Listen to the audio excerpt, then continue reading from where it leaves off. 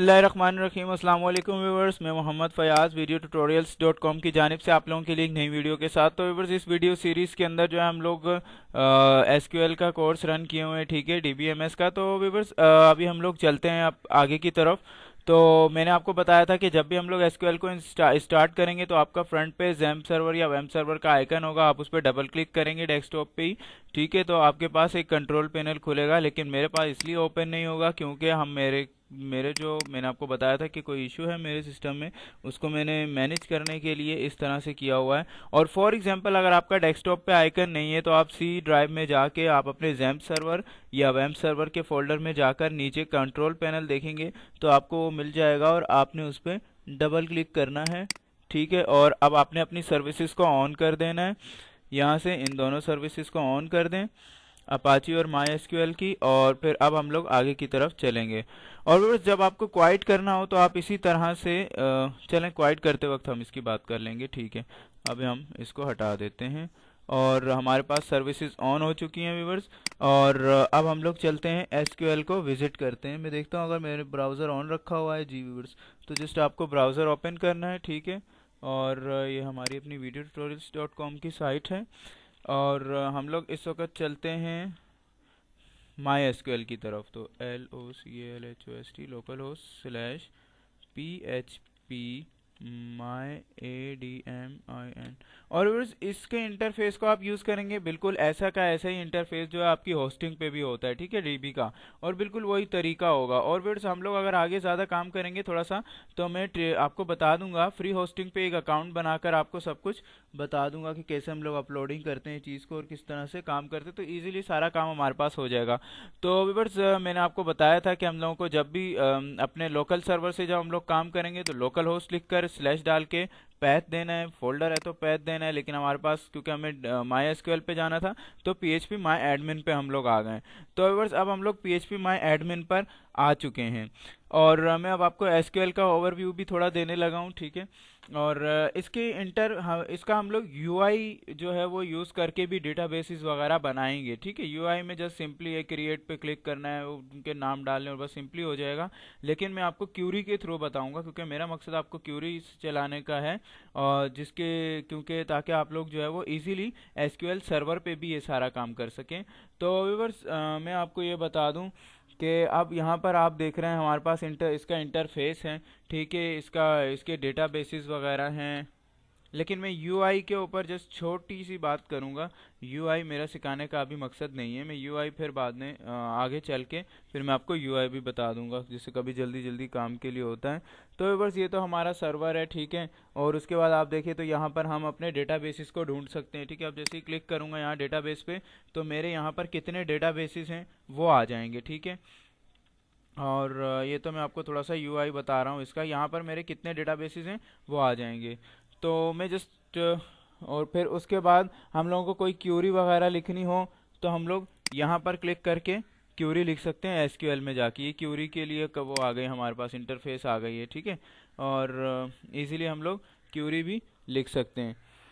और फिर उसके बाद हमारे पास स्टेटस है। इन चीज़ों से हमारा इतना काम जो है वो बिल्कुल भी नहीं होगा, ठीक है। यूज़र अकाउंट्स वगैरह हम लोग मैनेज करना चाहें तो व्यूअर्स मैं आपको क्यूरी सिखाना चाहूँगा। एक्सपोर्ट और इंपोर्ट की जब बात आएगी तो मैं आपको बताऊंगा कि एक्सपोर्ट और इंपोर्ट क्या होता है। तो व्यूअर्स, मैं तो अभी आपको जो है वो इसका जस्ट वैसे थोड़ा सा बता रहा था ओवरव्यू एसक्यूएल का। बाकी यहीं से हम लोग डेटाबेस के अंदर वैल्यू इंसर्ट भी कर सकते हैं, डिलीट भी कर सकते हैं यूज़र इंटरफेस से, ठीक है। अभी फॉर एग्जाम्पल ये माई एसक्यूएल है, पता नहीं माई स्कूल है, कोई डेटाबेस था, मैंने गौर से नहीं देखा है। तो व्यूअर्स, यहाँ से आप टेबल भी इजीली क्रिएट कर सकते हैं, लेकिन मैं आपको यहाँ से नहीं सिखाऊंगा फिलहाल। यहाँ से आप इंसर्ट, अपडेट, डिलीट सब कुछ कर सकते हैं, बट मैं ये चीज़ें अभी आपको यहाँ से नहीं करवाऊँगा। मैं जो है आपको उससे करवाऊँगा, क्या कहते हैं, अपना एसक्यूएल की क्यूरी यूज़ करेंगे हम लोग, जो एक प्रोफेशनल वे होता है, ठीक है। और ये वैसे अगर कभी आप करना चाहें, मैं समझता हूँ कि मजबूरी के तौर पे आप करना चाहें तो आप इजीली कर लें। और अभी क्योंकि हम लोग क्यूरी लिखेंगे तो मैं एसक्यूएल पे आता हूँ और हम लोग अब क्यूरी लिखेंगे। तो व्यूअर्स, आप इससे एसक्यूएल सर्वर पे भी यही सारा काम कर सकते हैं। मैं इसीलिए आपको बार बार बता रहा हूँ कि आपको कंफ्यूज होने की कोई ज़रूरत नहीं है, ठीक है। और बस आपको क्यूरी को F5 करके रिफ़्रेश करना होता है, ये आपको मालूम होगा एसक्यूएल को हम लोग एसक्यूएल सर्वर को हम लोग किस तरह से यूज़ करते हैं। तो व्यूअर्स हम क्यूरी विंडो पे आ गए हैं और क्यूरी विंडो पे आने के बाद हम लोग क्यूरी लिखेंगे। तो व्यूअर्स मैं एसक्यूएल का ओवरव्यू देने जा रहा हूँ आपको।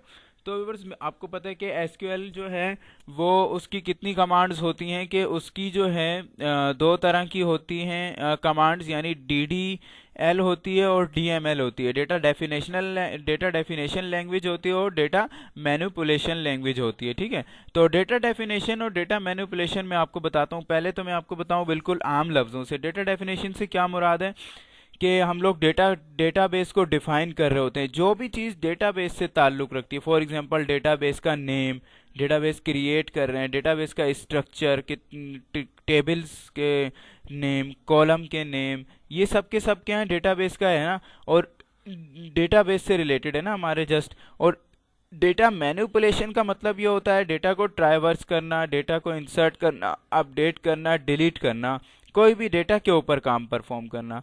तो ये हमारा डेटा है। इसके अंदर अब डेटाबेस के अंदर हम आके दो डिवीजन कर लेते हैं थोड़ी सी 2 मिनट के लिए, कि हमारा डेटाबेस अलहदा है और डेटा हमारा अलहदा है। ठीक है, वो हमारा डेटा है। तो डेटा मैनिपुलेशन जो हमारे डेटा से ताल्लुक़ रखती है, क्योंकि डिलीट, अपडेट, ऑल्टर जब हम लोग डेटा को करेंगे तो वो डेटा मैनिपुलेशन लैंग्वेज से करेंगे। ठीक है, वो क्यूरी होगी, डेटा मैनिपुलेशन लैंग्वेज कहलाती है वो। और जो हम लोग डेटा को छेड़ेंगे, फॉर एग्जांपल हम लोग कोई कॉलम का नेम चेंज करने जा रहे हैं, डेटाबेस को छेड़ेंगे, यानी कोई कॉलम का नेम चेंज करने जा रहे हैं, ऑल्टर करने जा रहे हैं, कोई टेबल क्रिएट करने जा रहे हैं, कोई डेटाबेस क्रिएट करने जा रहे हैं, या डेटाबेस को डिलीट करने जा रहे हैं, या टेबल को डिलीट करने जा रहे हैं, तो बस उसको डेटा डेफिनेशन लैंग्वेज कहेंगे। अब आपको थोड़ा सा समझ में आ गया होगा कि डेटा मैनिपुलेशन और डेटा डेफिनेशन में क्या फ़र्क है। जो यानी हमारे पास जो है वो जो डेटाबेस से डायरेक्टली डेटाबेस से ताल्लुक़ रखती है वो डेटा डेफिनेशन है, और जो हमारे डेटाबेस के डेटा से ताल्लुक़ रखती है वो डेटा मैनिपुलेशन है।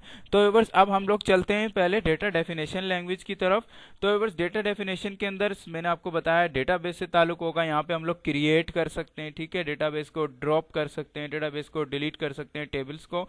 तो बस मैं इतनी कॉम्प्लेक्स में आपको नहीं लेके जाऊँगा इस हवाले से। ठीक है, तो अभी हम लोग एक काम करते हैं, सबसे पहली कमांड हम लोग क्रिएट करते हैं, एक डेटाबेस क्रिएट करते हैं। तो व्यूअर्स बहुत ही ईजी है, ठीक है, और यही काम आप एसक्यूएल सर्वर पे भी यूज़ कर सकते हैं। तो हम अब आपको सबसे पहली कमांड क्या है, क्रिएट। अब यहाँ हमें बताना है हम टेबल क्रिएट कर रहे हैं या डेटाबेस क्रिएट कर रहे हैं। तो जैसे मैंने क्रिएट की कमांड दी, मैं आगे लिख देता हूँ डेटाबेस, DATABASE, डेटाबेस। ठीक है, क्रिएट डेटाबेस, और अब डेटाबेस का नेम दे देते हैं व्यूअर्स। तो अब हम लोग जो है वो क्या कहते हैं, उसका डेटाबेस का नेम दे देते हैं, और आप कोई भी नेम दे सकते हैं। ठीक है, क्रिएट डेटाबेस, और डेटाबेस का नेम में दे देता हूँ एग्जाम्पल। ठीक है जी, EXAMPLE। अब देखिए हमने क्या काम किया है, जस्ट एक कमांड यूज़ की है, क्रिएट की। हमने क्या बताया कि हमें क्रिएट करना है। ठीक है, उसके बाद हमें क्रिएट क्या करना है, क्रिएट हमें इस वक्त डेटाबेस करना है। ठीक है, और फिर उसके बाद तीसरे हमने नाम दे दिए एग्जाम्पल, डेटाबेस का नेम दे दिया है एग्जाम्पल। आप कोई भी नेम रख सकते हैं। अब इस कमांड से इसको पता चल गया कि हमें क्या करना है, डेटाबेस क्रिएट करना है जिसका नाम होगा एग्जाम्पल, और उसके बाद आपने कॉलन डाल देना है। पता नहीं मैंने डाला है नहीं, अभी देख लेते हैं, एरर आ गया तो ठीक है, कॉलन डाल देंगे।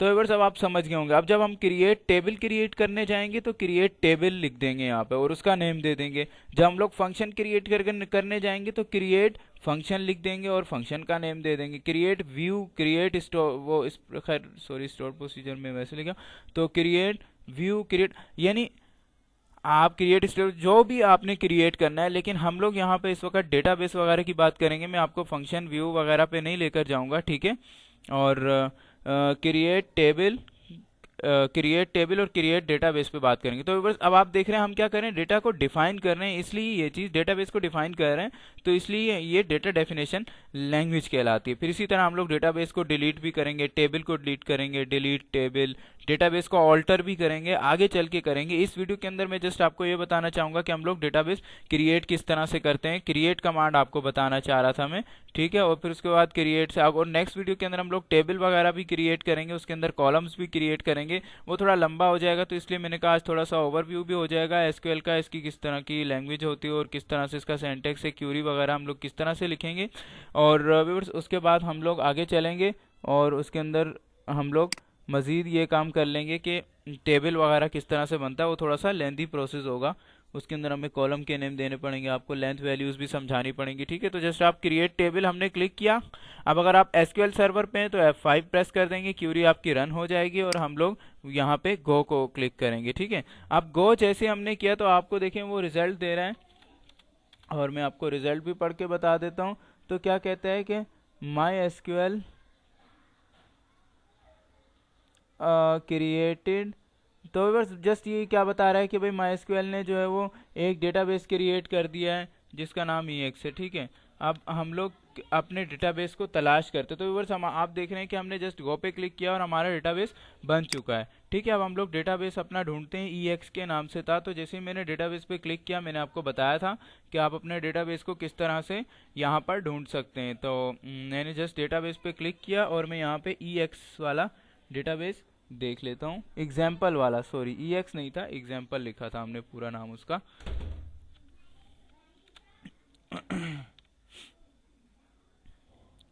तो व्यूअर्स अब हम लोग एग्जाम्पल पे एग्जाम्पल हम लोग ढूंढ लेते हैं। एग्जाम्पल के नाम से जो डेटाबेस है हमारा, मुझे व्यू नहीं हो पा रहा है एग्जाम्पल वाला डेटाबेस, कहाँ चला गया हमारा, ऊपर ही होगा फिर ई वाले में। जी व्यूवर्स ये रहा सामने ही है, ठीक है। अभी एग्जाम्पल के नाम से हमारा डेटाबेस क्रिएट हो चुका है और व्यूवर्स अब हम लोग इसके ऊपर क्लिक करते हैं तो ऑब्वियस सी बात है अभी ये खाली होगा। अब यूज़र इंटरफेस से भी हम लोग टेबल बना सकते हैं, ठीक है, लेकिन अभी ये चीज़ें मैं आपको नहीं बताऊंगा, मैं आपको क्यूरी से बताऊंगा। तो व्यूवर्स अब इसके अंदर हम लोग नेक्स्ट वीडियो के अंदर क्या काम करना है, हम लोग टेबल क्रिएट करेंगे, ठीक है, और फिर टेबल को ऑल्टर वगैरह भी करेंगे, डेटाबेस को ऑल्टर भी करेंगे। उसके अंदर हम लोग डेटा डेफिनेशन लैंग्वेज की कुछ कमांड्स वगैरह हम लोग मजीद देखेंगे, ठीक है। फिर उसके बाद हम लोग डेटा इंसर्ट वगैरह, डिलीट, अपडेट, ये सारे के सारे काम हम लोग आगे चल के करेंगे। तो व्यूअर्स इस वीडियो के लिए मैं समझता हूँ कि इतना काफ़ी है, ठीक है। आपको जस्ट थोड़ा सा ओवरव्यू भी देना था ताकि आपके लिए इजीली आप लोग आगे चलिए।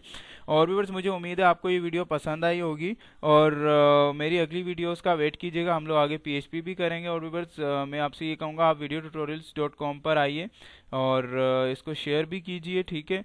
और इसके अलावा आप हमारे चैनल पर भी आइए और मैं ये कहूँगा कि आपको भी अगर जो कुछ आता है तो आप भी ज़रूर इसको अपडेट करें, क्योंकि ये प्लेटफॉर्म मैंने क्रिएट ही इसीलिए किया है कि इल्म बांटा जाए, ठीक है। और कहते हैं कि इल्म बांटने से ही बढ़ता है। और वीडियो शेयर किस तरह से करनी है तो बस इसकी वीडियोस वहाँ पर मौजूद हैं।